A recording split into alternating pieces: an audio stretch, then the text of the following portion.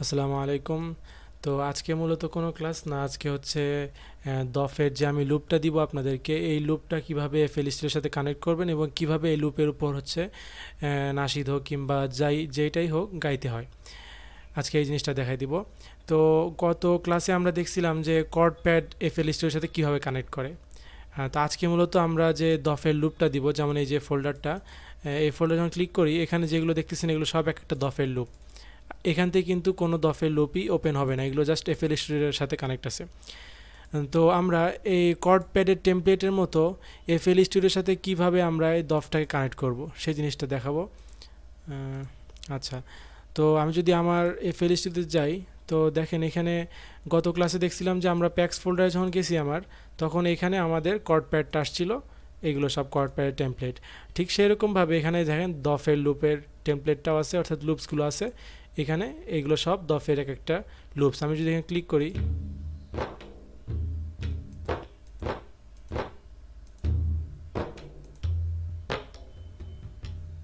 এগুলো বিভিন্ন ধরনের এক একটা লুপ আছে দফ, এগুলো সব আপনারা দেখবেন ঘেটে ঘেটে যে কোন জায়গায় কীরকম লুপ আছে, কীরকম দফ বাজতেছে। আচ্ছা, তো গত ক্লাসে যেরকম আমি দেখাইছিলাম যে কর্ড প্যাড আমাদের যেভাবে কানেক্ট করতে হয়, ঠিক সেম প্রসেসে এই দফের এই ফোল্ডারটাও কানেক্ট করবেন আপনারা। যখন আমি দিব লিঙ্কটা, লিঙ্ক থেকে ডাউনলোড করার পর এরকম একটা ফোল্ডার আসবে, এই ফোল্ডারের পুরোটাই ডাউনলোড করবেন। ডাউনলোড করার পর এই ফোল্ডারটা এরকম কপি করে তারপরে মেইন ফাইলসে যাব, আমরা ডাটাতে যাব, প্যাচেসে যাব, প্যাক্সে যাব, এখানে এসে ওই জিনিসটাকে পেস্ট করে দিব। যখন এই ফোল্ডারটাকে যেমন এই যে আমার এখানে আছে, এই ফোল্ডার যখন পেস্ট করে দিব, তারপরে এফএল স্টুডিওটা যখন আমরা কানেক্ট করব, তখন দেখব যে আমাদের প্যাক্স ফোল্ডারের মধ্যে এই যে রেক্স দফ এই নামে একটা ফোল্ডার আছে। তো এখানে আমি যখন ক্লিক করব তখন আমার সব দফগুলো ওপেন হয়ে যাবে এখান থেকে। এই যে এখান থেকে দেখতে পাবেন যে কোনটা কেমন বাজতেছে দফ। আর দফ এখান থেকে টেনে এনে এখানে ছেড়ে দিবেন, এখানে দফ চলে আসলো। ধরে আমি এই লুপটা যদি চাই, এই লুপটা আনবো, এখানে চলে আসছে। আচ্ছা, তো দফ যখন আমি একটা নাশিদের ক্ষেত্রে বাজাবো, নাশিদের ব্যাকগ্রাউন্ডে দফ দিব, তো সেই ক্ষেত্রে মোস্ট ইম্পর্ট্যান্ট জিনিস সেটা হচ্ছে টেম্পো। আচ্ছা, ব্যাকগ্রাউন্ডে যখনই কোনো দফ কিংবা কোনো সাউন্ড ইউজ হয়, প্যাডিং না, অর্থাৎ কোনো সাউন্ড বেজও না, মূলত গানের ক্ষেত্রে এই জিনিসটা বেশি ইউজ হয়, যে কোনো পিয়ানো কিংবা কিক যে সাউন্ডগুলো আছে, তারপরে ড্রাম সেটের সাউন্ডগুলো আছে, এইগুলোর সব ক্ষেত্রে হচ্ছে আপনার টেম্পোটা মেনটেন করতে হয়। আমরা নাশিদের ক্ষেত্রে যখন দেখি যে শুধুমাত্র পিছনে একটা ব্যাকগ্রাউন্ড বাজতেছে প্যাডিং, আর তেমন কিছু না, আর হামিং আছে সাথে একটু, কিংবা সাইড ভোকাল হিসেবে আছে কিছু, তো এই সমস্ত বিষয় কিন্তু টেম্পোর অতটা মেইনটেন্স হয় না। যদিও মেইনটেন্স করতে হয় যদি কোরাসের ক্ষেত্রে টেম্পোটা মেইনটেন্স করতে হয়, কিন্তু যদি সিম্পল একটা নাশিদ যায়, জাস্ট একটা ব্যাকগ্রাউন্ডে প্যাডিং যাবে, তো এরকম নাশিদের ক্ষেত্রে টেম্পো অতটা গুরুত্বপূর্ণ না। তবে যখন আপনি ব্যাকগ্রাউন্ডে দফ দিবেন, কোনো একটা সাউন্ড দিবেন এই রিলেটেড, তো সেই ক্ষেত্রে আপনাকে টেম্পোটা মোস্ট ইম্পর্টেন্ট, এটা আপনার মেইনটেন্স করতেই হবে। তো টেম্পোটা মেইনটেন্স না করলে হবে কি, যদি আমি এটা দেখেন আমার 130 টেম্পোতে আছে, তো আমি যদি এখানে দফটা আমার ছেড়ে দিই, তাহলে এই দফটা যে কানেক্ট হয়ে আছে, এই যে 1 থেকে 2, এটা একটা বার, এই বারটা আপনাকে মিলাইতে হবে দফের ক্ষেত্রে। তো এখন যদি আমি বাজাই, দেখেন কত দ্রুত যায়। তা আমি চাইবো না আমার কোন আশিদের মধ্যে এত দ্রুত দফ বাজুক। তো সেক্ষেত্রে আমি যদি এটাকে কেটে দিই, কেটে দিয়ে আমি ডিলিট করে দিলাম, আমার টেম্পোর যদি একটা স্বাভাবিক রেটে নিয়ে এসে আমি যে 85 রাখলাম, এখন যদি দেখেন এটাকে দিই, তাহলে দেখেন এখন কেমন শোনা যায়।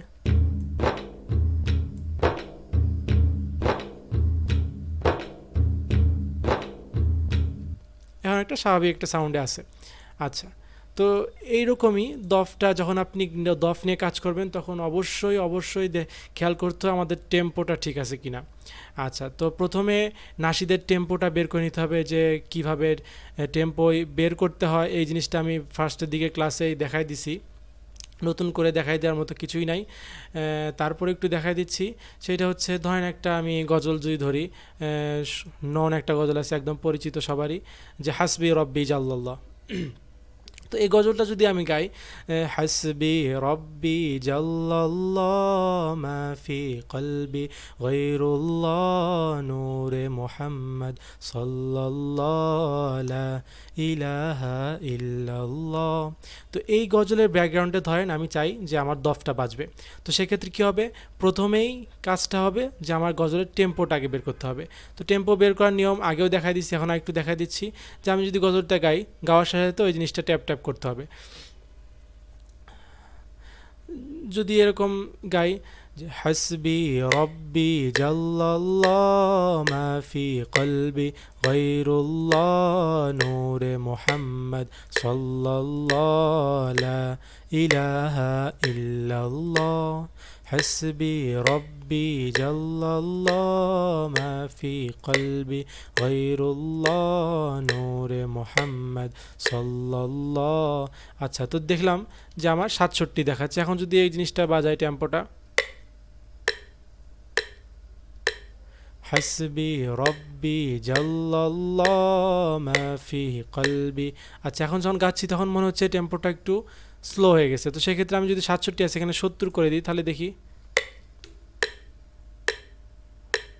হাসবি রব্বি জাল্লাল্লাহ মা ফি কলবি গায়রুল্লাহ নূরে মুহাম্মদ সাল্লাল্লাহু লা ইলাহা ইল্লাল্লাহ।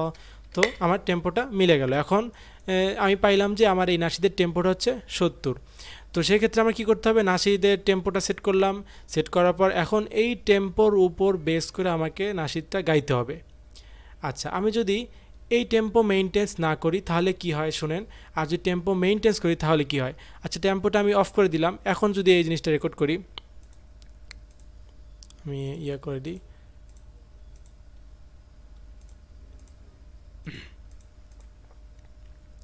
হাসবি রব্বি জাল্লাল্লাহ মা ফি কলবি গায়রুল্লাহ নূরে মুহাম্মদ সাল্লাল্লাহু লা ইলাহা ইল্লাল্লাহ। ধরেন এই জিনিসটা আমি গাইছি কিন্তু কোনো টেম্পো আমি মেইনটেন্স করিনি। এখন যদি চাই যে আমার এই নাশিদের পিছে আমি একটা ব্যাকগ্রাউন্ডে দফ লাগাবো, এখন যদি দফটা আমি টেনে আনি, এখানে টেনে এনে যদি দফটাকে আমি পুরো নাশি দিয়ে দিই তাহলে কী হবে, এখানে সিলেক্ট করব, কন্ট্রোল চেপে ক্লিক করব, তারপরে কন্ট্রোল+B চাপবো, সবগুলো এক একটা কপি হতে থাকবে। আচ্ছা, এখন যদি শুনি আমি, দেখেন কেমন হয়, হাসবি রব্বি জাল্লাল্লাহ মা ফি কলবি গায়রুল্লাহ নূরে মুহাম্মদ। কি বুঝলেন, এক ফোঁটাও মিলতেছে না, বরং আরও বিচ্ছিরি লাগতেছে দফটা ব্যাকগ্রাউন্ডে, ঠিক আছে না। তো সেক্ষেত্রে আমাদের কি করতে হবে, এই জন্যে কী বুঝলাম আমরা টেম্পো মিলে নাই, এই কারণে দফের সাথে আমার নাশিদের কোনো মিল খাচ্ছে না। তো সেই জন্য আমাদের অবশ্যই টেম্পোটাকে মিলাইতে হবে। তো এখন যদি আমি টেম্পো অনুযায়ী গাই, আমার হেডফোনটা কানেক্ট করা নাই, আচ্ছা আমি এই সাউন্ডটাই রেকর্ড করতেছি, আমার রেকর্ডে অবশ্যই ট্যাপ ট্যাপ সাউন্ডটাও যাবে, একটু ম্যানেজ করে নেন আপনারা, কারণ হেডফোনটা কানেক্ট নাই আপাতত। আচ্ছা, আমি যদি এই উপর গাই, এখন এই টেম্পোর উপর, তাহলে দেখেন দফটা যখন দিব তখন আমার নাশিদের সাথে এই দফটাও কানেক্ট হয়ে যাবে।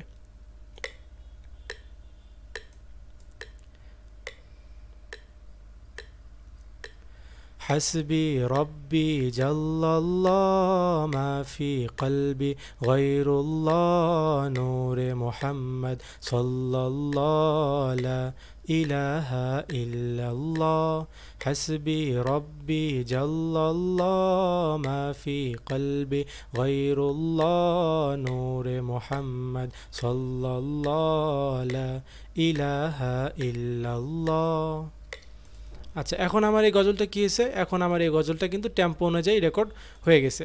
তো এখন যদি আমি টেম্পোটাকে বাজায় শুনি, গজলটা কেমন শোনায়, কি টেম্পো অনুযায়ী সেট আছে কিনা। হাসবি রব্বি জাল্লাল্লাহ মা ফি কলবি গায়রুল্লাহ নূরে মুহাম্মদ সাল্লাল্লাহু লা ইলাহা ইল্লাল্লাহ। হ্যাঁ, তো কি বুঝলাম, আমাদের টেম্পোর সাথে কিন্তু গজলটা মিলতিছে, অর্থাৎ টেম্পো অনুযায়ী গজলটা গাওয়া হয়েছে। এখন যদি আমি দফটা সেট করি এখানে, তাহলে দেখেন কেমন শোনা যায়।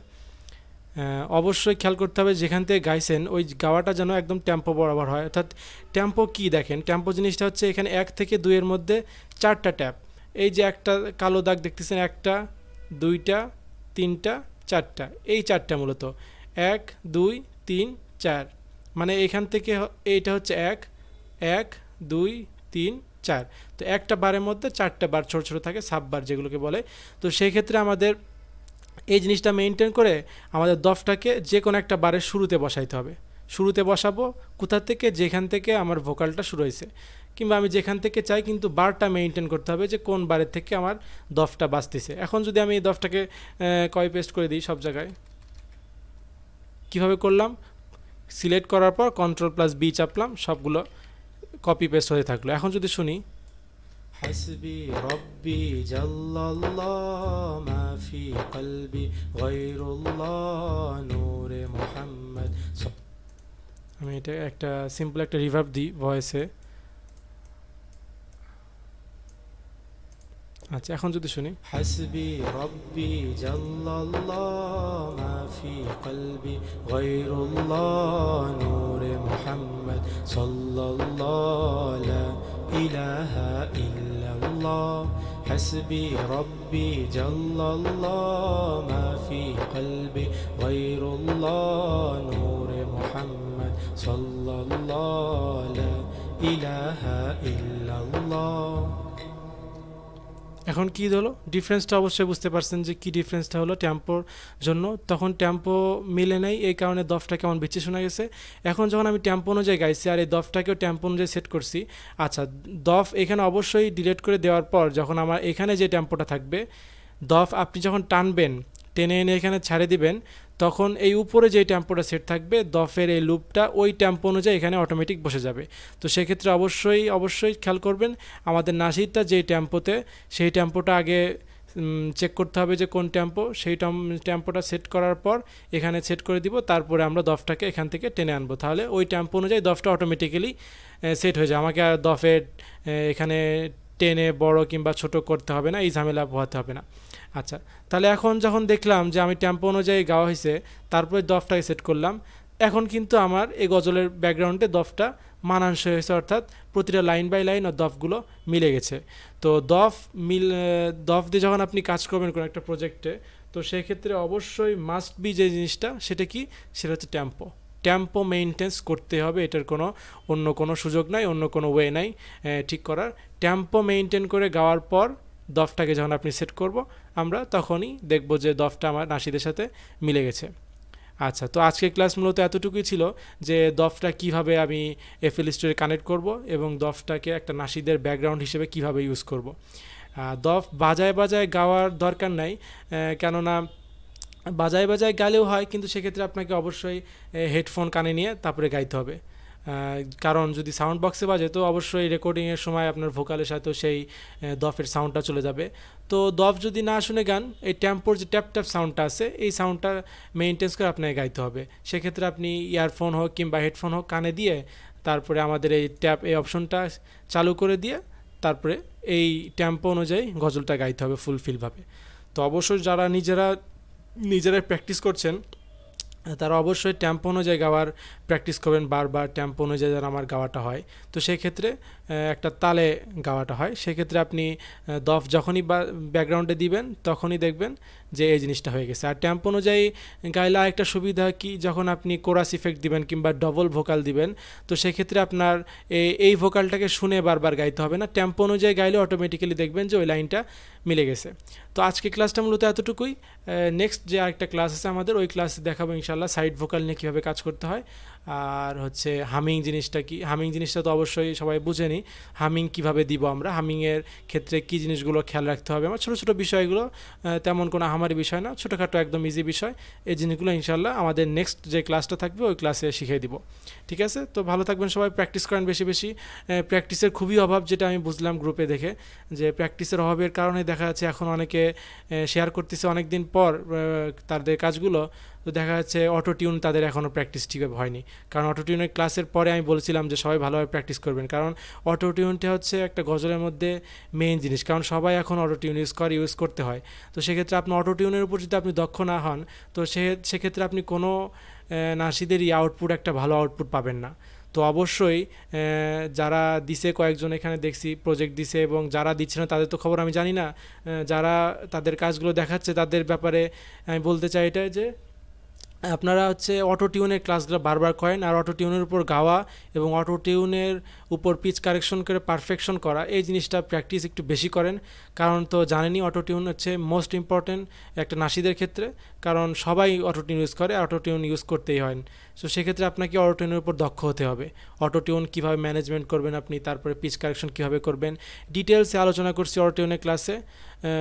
দরকার হয় বারবার দেখেন, একটা ক্লাস একবার দেখে যদি আপনি ছেড়ে দেন তাহলে বুঝবেন যে আমি প্র্যাকটিস করবো হয়ে যাবে, এমন বিষয় না। একটা ক্লাস আপনাকে বারবার দেখতে হবে, বারবার দেখে ছোটো ছোটো বিষয়গুলো তখন যখন বারবার দেখবেন তখন এই অল্প অল্প বিষয়, ছোটো ছোটো বিষয়গুলো আপনি ক্যাচ করতে পারবেন। তো সেক্ষেত্রে আপনারই সুবিধা হবে প্র্যাকটিস করার সময়। তো একবার দেখে কখনোই প্র্যাকটিসে নামবেন না, কয়েকবার দেখবেন, বিষয়গুলো বোঝার চেষ্টা করবেন কীভাবে কী হচ্ছে, তারপরে প্র্যাকটিসে নামবেন। আর প্র্যাকটিস করার সময় অবশ্যই বারবার একটা ভোকাল নিয়ে প্র্যাকটিস করতে হবে।